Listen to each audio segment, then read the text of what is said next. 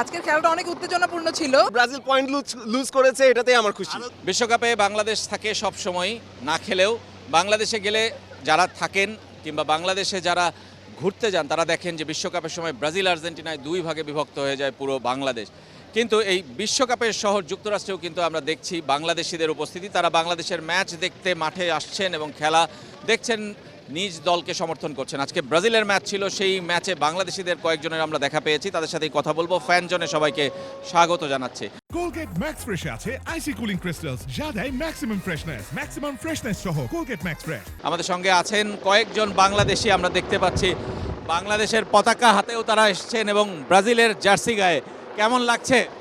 খুবই ভালো লাগছে, একদম অন্যরকম এক্সপিরিয়েন্স, যেটা মানে ছোটবেলা থেকে আমরা ব্রাজিলের খেলা দেখে বড় হয়েছি, এখন সেটা একদম চোখের সামনে দেখা, সেটা একটা অন্যরকম এক্সপিরিয়েন্স। কেমন লেগেছে আজকের খেলাটা দেখে? আজকের খেলাটা অনেক উত্তেজনাপূর্ণ ছিল, আর একটু আশা ছিল যে ব্রাজিল জিতবে, কিন্তু মানে দুই দলই সমানভাবে খেলেছে, তো আমরা জিতলে আরো ভালো লাগতো, একটু আশা হতো আর কি। একটু কি হতাশ কিনা যে ব্রাজিলের খেলায় ব্রাজিল যেভাবে খেলে আমরা দেখে ভাবি সেইভাবে কিন্তু আসলে খেলেনি?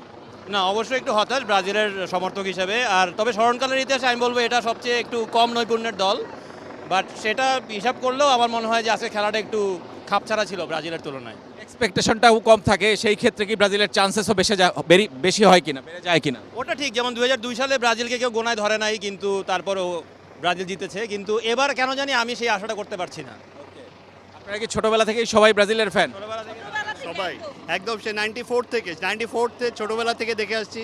এখন এই ইচ্ছাটা ছিল, মানে সেই ইচ্ছাটা পূরণ হয়েছে, কিন্তু জিতলে খুব ভালো লাগতো, এটাই আর কি।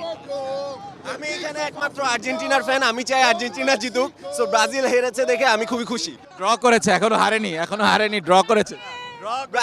ব্রাজিল পয়েন্ট লুজ করেছে, এটাতেই আমার খুশি। আরো দুইটা ম্যাচ আছে, আশা করি এটা কম্পেয়ার টু এটা একটু কঠিন প্রতিপক্ষ ছিল, বাকি দুইটা easier. So hopefully Brazil group champion হয়ে যাবে এবং তারা আশা করি নেক্সট ম্যাচ থেকে ভালো খেলবে। আপনারা সবাই কি এই ইউএসএ তেই থাকেন? আমরা আমরা টরন্টোতে। থাকি ইউএসএ তে, শিকাগোতে। শিকাগো থেকে আসছি। আপনারা টরন্টো থেকে এসেছেন? ওরা আসছে অটোয়া থেকে। অটোয়া থেকে এসেছি। ওকে, মানে টরন্টো, অটোয়া, শিকাগো সব শহরকে এক করেছে এই বিশ্বকাপ আপনাদের। মানে এই আপনাদের সবার নিশ্চয়ই আগে থেকেই পূর্ব পরিচিত এবং আপনার ফ্রেন্ডস অ্যান্ড ফ্যামিলি।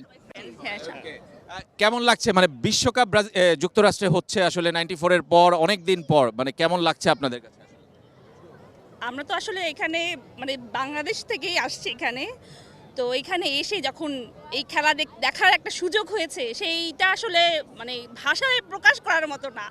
সেটা মানে যখন আমি স্টেডিয়ামে ঢুকলাম, এত মানুষ দেখে আমার মানে অন্যরকম একটা অনুভূতি আসলে।